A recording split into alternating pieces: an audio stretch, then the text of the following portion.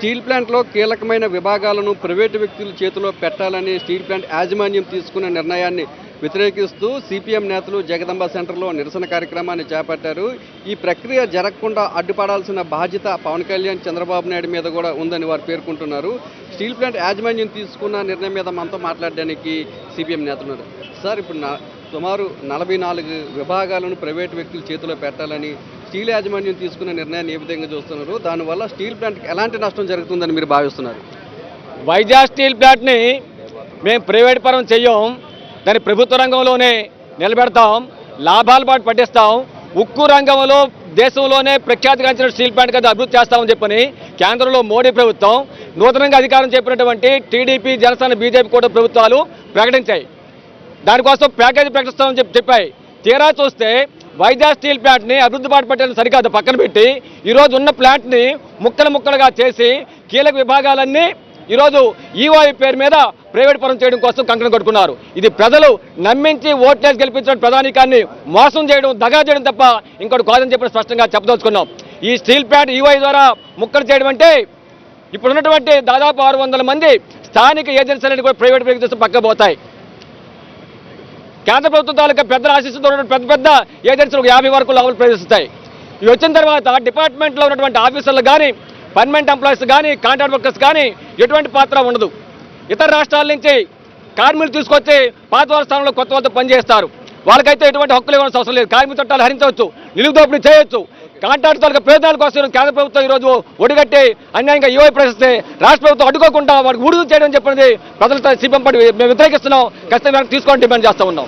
Sir, ఎన్నికలకు ముందు steel plant ప్రైవేటీకరణ జరగకుండా కాపాడతామని చెప్పి చంద్రబాబు నాయుడు, పవన్ కళ్యాణ్ హామీ ఇచ్చారు. కానీ ఇప్పుడున్న పరిస్థితి వేరుగా కనిపిస్తుంది. ఎన్నికల ముందు మంచి మాటలు చెప్పారు, ఇప్పుడు మొత్తం దగా చేసి మోసం చేసేస్తూ ఉన్నారు. ఆఖరికి కార్మికులు స్టీల్ ప్లాంట్ రక్షణ కోసం ఉద్యమం చేస్తున్నటువంటి దీక్షా శిబిరాన్ని కూడా కూల్చేశారు చంద్రబాబు నాయుడు గారు. కూల్చేయడమే కాదు, దాని చుట్టూరు ఏ కార్మికుడు ఉద్యమం చేయకుండా ఇనప కంచెలు వేశారు. ఇంత దుర్మార్గంగా చంద్రబాబు నాయుడు గారు ఒడిగొట్టారు. మొత్తం స్టీల్ ప్లాంట్ని ఈరోజు 44 మొక్కలు చేశారు. ఈ 44 మొక్కలు 44 మంది కాంట్రాక్టర్లకు అప్పచెప్పి దాని అన్నింటిని కూడా కార్మికులందరినీ కూడా తొలగించేసి ఉత్తరప్రదేశ్, బీహారు, జార్ఖండ్, లేకపోతే అస్సాము, ఒరిస్సా నుంచి తీసుకొచ్చి పని చేయించుకోవాలనేటువంటి చంద్రబాబు నాయుడు గారు ప్రయత్నం చేస్తున్నారు. చంద్రబాబు నాయుడు గారికి ఆ నిర్వాసిత ఈ స్టీల్ ప్లాంట్కి భూములు ఇచ్చి నిర్వాసిత కార్మికులు లోపల పనిచేయకూడదు, అలాగే ఉత్తరాంధ్ర కార్మికులు పనిచేయకూడదు, ఆంధ్ర రాష్ట్ర కార్మికులు పనిచేయరు. వాళ్ళు అసలు పనిచేయరు అనేటువంటి దుర్బుద్ధితోటి చంద్రబాబు నాయుడు గారు ప్రయత్నం చేస్తున్నారు.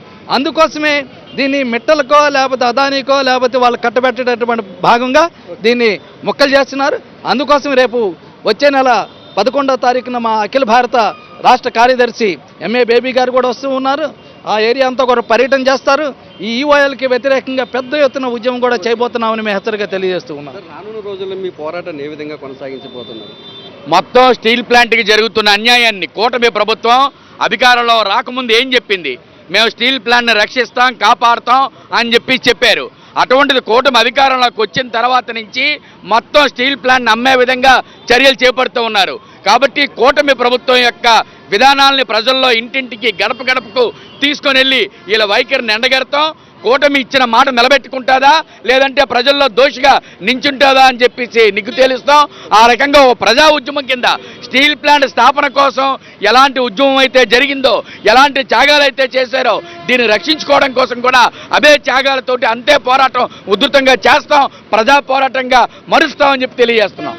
మేడం, చెప్పండి, అంటే పైకి మాత్రము కూటమి నేతలంతా స్టీల్ ప్లాంట్ ప్రైవేటీకరణ జరగదని చెప్తున్నారు. కానీ చూస్తున్న పరిణామాలను బట్టి స్టీల్ ప్లాంట్ ప్రైవేటీకరణకు కేంద్ర ప్రభుత్వం ఏకంగా అడుగులేస్తున్న అభిప్రాయం అయితే అందరిలో ఉంది. ఇందులో ఎంతవరకు వాస్తవం అంటారు? వారి చర్యలు ఏ విధంగా చూస్తారు? స్టీల్ యాజమాన్యం చాలా స్పష్టంగా 44 ముక్కలు చేసి వైజాగ్ స్టీల్ ప్లాంట్ని అమ్మేయడానికి ఎవరికైతే ఉత్సాహం ఉందో, ఇంట్రెస్ట్ ఉందో వాళ్ళందరూ దరఖాస్తు పెట్టుకోండి అని మొన్న నోటిఫికేషన్ ఇచ్చింది. చంద్రబాబు నాయుడు గారు ఎందుకు మాట్లాడరు? పవన్ కళ్యాణ్ గారు ఎందుకు మాట్లాడరు అని మేము ప్రశ్నిస్తున్నాం. స్టీల్ ప్లాంట్ని కాపాడుతామని చెప్పారు. ఇప్పుడు స్టీల్ ప్లాంట్ని ముక్కలు చేసి కేంద్రంలో మోడీ ప్రభుత్వం అమ్మేయడానికి సిద్ధంగా ఉంది. మీరు ఎటు ఉంటారు? మా వైపు ఉంటారా? ఆంధ్ర రాష్ట్రం వైపు ఉంటారా? విశాఖ ప్రజల వైపు ఉంటారా? లేదు, స్టీల్ ప్లాంట్ని అమ్మేస్తున్నా మోడీ వైపు ఉంటారో మీరు తేల్చుకోవాలని చెప్పి చంద్రబాబు నాయుడు గారిని డిమాండ్ చేస్తున్నాము. మీకు మిట్టల్ స్టీల్ ప్లాంట్ కనబడుతుంది, అదానీ కనబడుతున్నాడు, లూలు కనబడుతుంది, వైజాగ్ ప్రజలు కనిపించట్లేదు, ఆంధ్ర రాష్ట్ర ప్రజలు కనిపించట్లేదు, విశాఖ ఉక్కు కనిపించట్లేదు. ఇది అన్యాయం, ద్రోహం, వెన్నుపోటు. కేంద్ర ప్రభుత్వము స్టీల్ ప్లాంట్లో ఉన్న కీలకమైన 44 విభాగాలను అమ్మేసేందుకు ప్రయత్నం చేస్తుంటే ఎందుకు చంద్రబాబు నాయుడు పవన్ కళ్యాణ్ ప్రశ్నించలేదని చెప్పి సిపిఎం నేతలు ప్రశ్నిస్తున్నారు. ఎన్నికలకు ముందు స్టీల్ ప్లాంట్ను కాపాడుతామన్న మాటను నిలబెట్టుకోవాలని చెప్పి వారంతా కూడా డిమాండ్ చేస్తున్నారు. మీరు ప్రజల పక్షాన ఉంటారా, కార్మికుల పక్షాన ఉంటారా, లేదా కేంద్ర ప్రభుత్వము లేదంటే పారిశ్రామికవేత్తల పక్షాన నిలబడతారా అనే విషయాన్ని తేల్చుకోవాలని చెప్పి సిపిఎం నేతలు వారిని ప్రశ్నిస్తున్నారు. కెమెరామెన్ అప్పలరాజుతో నాయుడు, విశాఖపట్నం.